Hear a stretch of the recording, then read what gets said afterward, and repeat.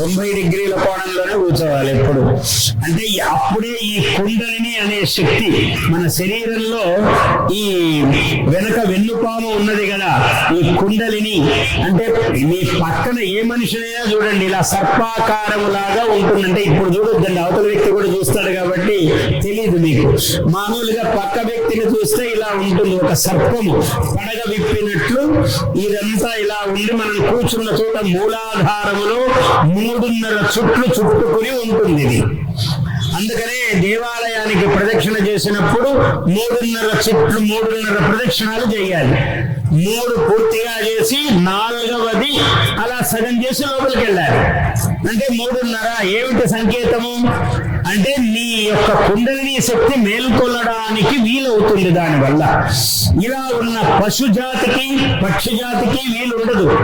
ఏదో కాళహస్తీశ్వరుడిలాగా ఆయన అపారమైన కృప ఉంటే దేనికైనా జ్ఞానం వస్తుంది. కానీ సాధారణంగా మానవులకే ఈ అవకాశం ఉంటుంది. అందుకని 84 లక్షల జీవరాశులు దాటుకొని రావాలి మానవ జన్మ అన్నారు. అది చూడండి ఎంత గొప్ప జన్మ మనకు వచ్చింది. 84 లక్షలు లెక్క వేశారు మన వాళ్ళు. అంత నిశితమైన ప్రజ్ఞాశాలులు మన భారతీయులు. 84 లక్షల జన్మలు దాటుకొని రావాలి మనిషి కావాలంటే.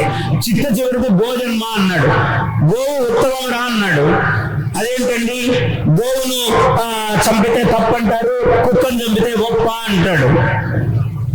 కుక్కను కూడా చంపకూడదు, కానీ గోవును చంపడం అయితే పరమ పాపం అన్నారు. ఎందుకయ్యా, గోవు తర్వాత మానవ జన్మ వస్తుంది ఉత్తమం. వీడు ఆ పని చేస్తే మళ్ళీ వెనక్కి పోవాలి, మళ్ళీ 84 లక్షలు దాటుకొని రావాలి. వీడు ఎప్పుడు కావాలి, వీడు మనిషి, వీడు ఎప్పటికీ మనిషి అయ్యే అవకాశం లేదు. ఎన్ని జన్మలు? కుక్క, పిల్లి, నల్లి, బల్లి, ఏదో క్రిమి కీటకాలు మనం ఎన్నో చూస్తుంటాం. జల జంతువులు బురదలో ఉంటాయి, ఇంకెక్కడో ఉంటాయి. అక్కడి నుంచి జన్మలు ఇవన్నీ ఎత్తి రావాలి మళ్ళీ. అందుకని నాయన పాప పని చేయొద్దురా అన్నాడు.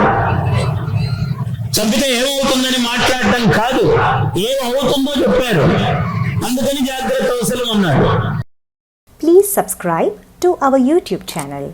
Like and share this video.